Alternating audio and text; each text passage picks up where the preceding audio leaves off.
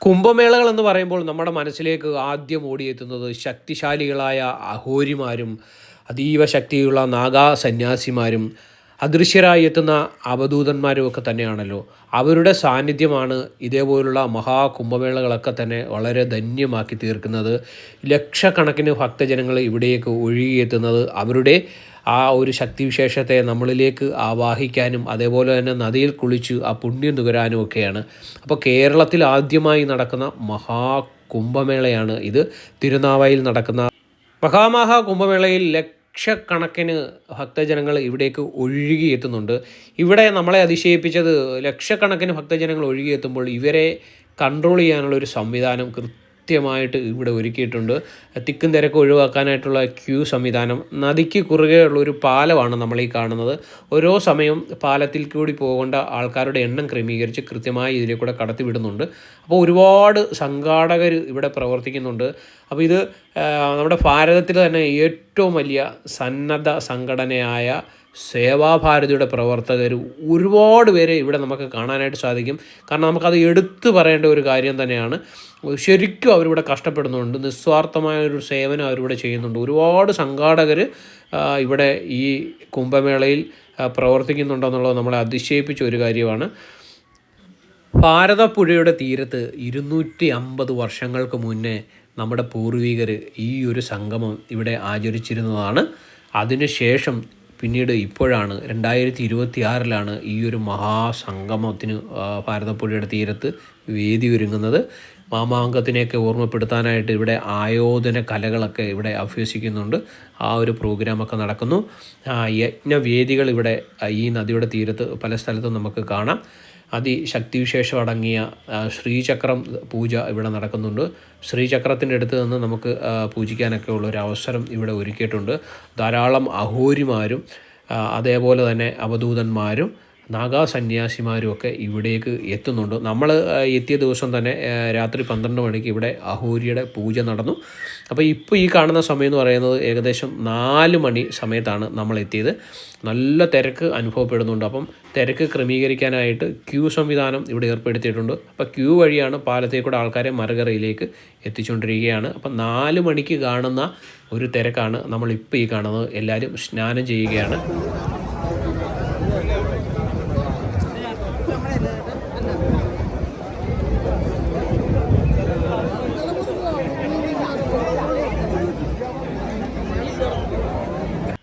നമ്മൾ 4 മണി ആയപ്പോഴത്തേക്കും ഇവിടെ പാലം ഇറങ്ങി മറുകരയിലെത്തി.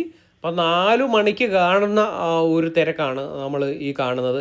അപ്പോൾ കുംഭമേളയ്ക്ക് എത്തുന്നവർക്ക് പലർക്കും സംശയം ഉണ്ടാവും നമ്മൾ അവിടെ ചെന്നാൽ എന്തെല്ലാമാണ് ചെയ്യേണ്ടതെന്നുള്ളത്. അപ്പോൾ ബലിയിടാൻ ആഗ്രഹിക്കുന്നവർക്കായിട്ട് ബലിയിടാനുള്ള സംവിധാനം ഇവിടെ ഒരുക്കിയിട്ടുണ്ട്. അപ്പോൾ ആദ്യം നമ്മൾ ക്ഷേത്രത്തിൻ്റെ മുന്നിലാണ് എത്തുന്നത്.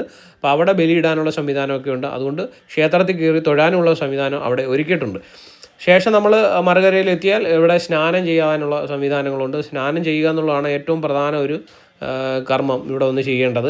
സ്നാനം ചെയ്തതിന് ശേഷം തടിച്ചു കൂടിയിരിക്കുന്ന ഭക്തജനങ്ങളെയാണ് നമ്മൾ ഈ കാണുന്നത്. ലക്ഷക്കണക്കിന് ഭക്തരെ കൊണ്ട് നിറഞ്ഞിരിക്കുകയാണ് ഈ ഒരു മഹാകുംഭമേള. അപ്പോൾ ഇവരെല്ലാം തന്നെ ഈ വെയിറ്റ് ചെയ്യുന്നത് ആരതി കാണാനായിട്ടാണ്. അപ്പം നമ്മൾ സ്നാനം നിർവഹിച്ച പ്രധാനമായിട്ടും ഇവിടെ ആരതിയാണ്. വൈകുന്നേരം 7 മണിക്കാണ് ആരതി നടക്കാറ്. അപ്പം 4 മണിക്ക് കൂടിയിരിക്കുന്ന ഒരു തിരക്കാണ്. ഏകദേശം 3 മണിക്കൂർ ഇവർ ഇവിടെ വെയിറ്റ് ചെയ്യേണ്ടതായിട്ട് വരും ഇത് കാണണമെങ്കിൽ. കാരണം ഈ ആരതിയിൽ നിന്നും പ്രവഹിക്കുന്ന ഊർജം മനസ്സിലേക്ക് ആവാഹിച്ച് തിരികെ പോകാനാണ് ഈ ഭക്തരെല്ലാം ഇവിടെ തടിച്ച് കൂടിയിരിക്കുന്നത്. അപ്പോൾ ഈ തിരക്കിനിടയിൽ തന്നെ അവധൂതന്മാരുണ്ടാകും, സന്യാസി ശ്രേഷ്ഠന്മാരുണ്ടാകും, അഘോരിമാരുണ്ടാകും, നാഗാ സന്യാസിമാരുണ്ടാകും. എല്ലാവരും ഒരുമയോടെ ഒറ്റ മനസ്സോടുകൂടി ജപിക്കുന്ന ആ മന്ത്രത്തിൻ്റെ ആ ഒരു ശക്തി ഇവിടെ പ്രവഹിക്കുന്നുണ്ട്. അപ്പം വളരെ ഒരു പോസിറ്റീവ് എനർജി നമുക്കിവിടെ വന്നാൽ നമുക്ക് ഫീൽ ചെയ്യും. എന്തായാലും ഇവിടെ എത്താൻ സാധിച്ചത് വളരെ വലിയൊരു പുണ്യമായിട്ട് തന്നെ നമ്മൾ കരുതുകയാണ്. അപ്പോൾ ആരതിക്കുള്ള തയ്യാറെടുപ്പുകൾ ഏകദേശം നടക്കുന്നു. അപ്പം മറുകരയിൽ നിന്നും ആരതിക്കുള്ള സന്യാസി ശ്രേഷ്ഠന്മാരും പണ്ഡിറ്റുകളും ഒക്കെ ഇവിടേക്ക് എത്തിയിട്ടുണ്ട്. അപ്പോൾ അതിനുള്ള പൂജാ സാമഗ്രികളായിട്ട് ഇവരെത്തിയിട്ടുണ്ട്. ഇനിയിപ്പം പൂജയ്ക്കുള്ള സമയം ആരംഭിക്കുകയാണ്. അപ്പോൾ ഏകദേശം സന്ധ്യ ആവുന്നതോടുകൂടി ഭക്തി അന്തരീക്ഷം വർദ്ധിക്കുക. ലക്ഷക്കണക്കിന് ആൾക്കാർ വീണ്ടും നമ്മുടെ പുറകിലേക്ക് തടിച്ചുകൂടിയിരിക്കുകയാണ്. നമ്മുടെ ക്യാമറ കണ്ണുകൾക്ക് എത്തിപ്പെടാവുന്നതിൻ്റെ അപ്പുറത്തേക്ക് ജനങ്ങളുണ്ട്. നമുക്ക് അത്രത്തോളം സൂം ചെയ്തെടുക്കാനായിട്ട് സാധിക്കുന്നില്ല. അപ്പോൾ ഈ ഒരു മറുകരയിൽ തന്നെയല്ല, ക്ഷേത്രത്തിനോട് ചേർന്നും വളരെ വലിയ ക്യൂ ഇപ്പുറത്തേക്ക് വരാൻ പറ്റാത്തവർക്കായിട്ടുള്ളവർക്ക് ഒരുക്കിയിട്ടുണ്ട്. അപ്പോൾ അവിടെ നിന്നും അവർക്ക് ഈ ആരതി ദർശിക്കാനുള്ള സംവിധാനങ്ങൾ ചെയ്തിട്ടുണ്ട്.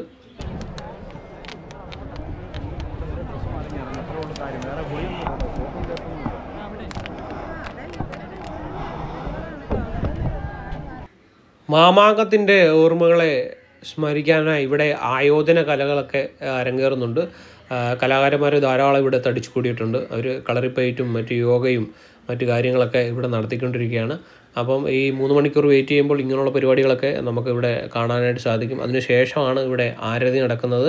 ആരതി നടക്കുന്നത് ഒരു കാണാനുള്ളൊരു കാഴ്ച തന്നെയാണ്. നമുക്ക് എത്രത്തോളം നമ്മുടെ വോയിസിൽ കൂടി ഇത് വർണ്ണിക്കാൻ സാധിക്കുമെന്ന് അറിയില്ല. അതുകൊണ്ട് നമ്മൾ ഈ ഒരു മഹാസംഗമം തീരുന്നതിന് മുന്നോടിയായിട്ട് നമ്മുടെ ഭാരത സംസ്കൃതി സംസ്കാരം ഒക്കെ ഉൾക്കൊള്ളുന്നവരും ഭക്തി അന്തരീക്ഷത്തോടു കൂടി ജീവിക്കാൻ ആഗ്രഹിക്കുന്നവർക്കും ആത്മീയ ശക്തിയെ ഉണർത്താൻ ആഗ്രഹിക്കുന്നവർക്കും ഒക്കെ വരാൻ പറ്റുന്ന വളരെ വലിയൊരു സംഗമ ഭൂമിയാണ് നമ്മുടെ കേരളത്തിൽ നടക്കുന്നത്.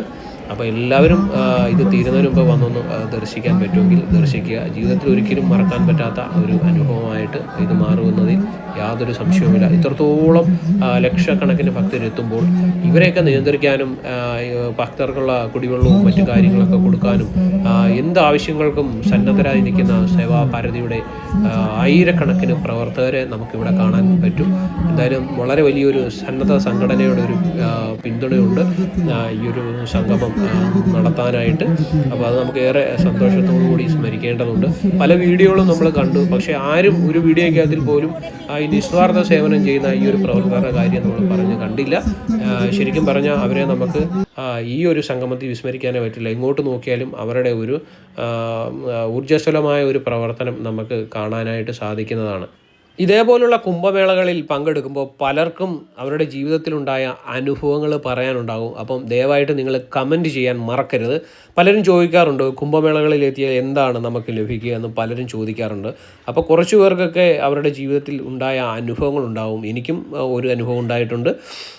ചില സന്യാസിമാരിൽ നിന്നും അല്ലെങ്കിൽ അഹോരിമാരിൽ നിന്നും ഒക്കെ തന്നെ നമുക്ക് ഒരു ദിവ്യമായ അനുഭവം നമുക്കുണ്ടാകാറുണ്ട്. അപ്പോൾ അങ്ങനെ എന്തെങ്കിലുമൊക്കെ അനുഭവം ഉണ്ടായിട്ടുള്ളവരുണ്ടെങ്കിൽ ദയവായി നമ്മുടെ കമൻറ്റ് ചെയ്യാനായിട്ട് മറക്കരുത്. അപ്പോൾ അങ്ങനെയുള്ള അനുഭവങ്ങൾ ധാരാളമായിട്ട് നമുക്ക് ഈ സംഗമഭൂമിയിൽ നിന്ന് ലഭിക്കും. അതേപോലെ തന്നെ നമ്മുടെ ആത്മീയ സാധന ഉണർത്താൻ പറ്റുന്ന നല്ലൊരു സംഗമഭൂമിയാണ് ഈ കുംഭമേളകൾ. അപ്പോൾ പരമാവധി ഇത് ഉപയോഗപ്പെടുത്തണം. നമ്മുടെ കേരളത്തിൽ ഇത് എത്ര വർഷങ്ങൾക്ക് ശേഷമാണ് ഈ ഒരു പുണ്യകാര്യം നടക്കുന്നത്. അപ്പോൾ പരമാവധി നിങ്ങളിത് പ്രയോജനപ്പെടുത്താൻ ശ്രമിക്കണം. ഒരു 6 മണി 6:30 ആയപ്പോഴത്തേക്ക് ശരിക്കും ഈ ഒരു ഭാരതപ്പുഴയുടെ തീരം നിറഞ്ഞ് കവിഞ്ഞിരുന്നു. മറുകരയിൽ ഇതേപോലെ ആൾക്കാരുണ്ട്. നമുക്ക് അത്രത്തോളം ഫോക്കസ് ചെയ്ത് ഇത് എടുക്കാൻ സാധിക്കുന്നില്ല. അത്രത്തോളം തിരക്കാണ് ഇവിടെ അനുഭവപ്പെട്ടുകൊണ്ടിരിക്കുന്നത്. എന്തായാലും ഈ ദീപം ആരതിക്കുള്ള സമയം സമാഗതമായി വരികയാണ്. അപ്പോൾ എല്ലാവരും ആകാംക്ഷയോടുകൂടി ഈ ഒരു ആരതി കാണാനായിട്ട് ഇവിടെ നിൽക്കുകയാണ്. പക്ഷേ ഈ ആരതിയിൽ ഒരുപാട് ഗീതങ്ങളും ഒക്കെ ആലപിക്കുന്നുണ്ട്. പക്ഷേ എല്ലാ സോങ്ങുകളൊന്നും നമുക്ക് ഇതിൽ ഉൾപ്പെടുത്താനായിട്ട് സാധിക്കില്ല. കോപ്പിറൈറ്റിൻ്റെ വിഷയമുള്ളതുകൊണ്ട് തന്നെ നമുക്കതൊന്നും ഉൾപ്പെടുത്താനായിട്ട് സാധിക്കുന്നില്ല. അതൊക്കെ നേരിട്ട് വന്ന് നിങ്ങൾ അനുഭവിക്കേണ്ട കാര്യങ്ങളാണ്. നമുക്ക് ഈ വീഡിയോയിൽ കൂടി ഉൾപ്പെടുത്താൻ പറ്റുന്ന കുറച്ച് കാര്യങ്ങൾ മാത്രമേ ഉള്ളൂ. അതിലുപരി കാര്യങ്ങൾ നിങ്ങൾക്കിവിടെ ദർശിച്ചു കഴിഞ്ഞാൽ കാണാനായിട്ട് സാധിക്കുന്നതാണ്. അങ്ങനെ ദീപക്കാഴ്ചകൾ ഇവിടെ ആരംഭിക്കുകയാണ്.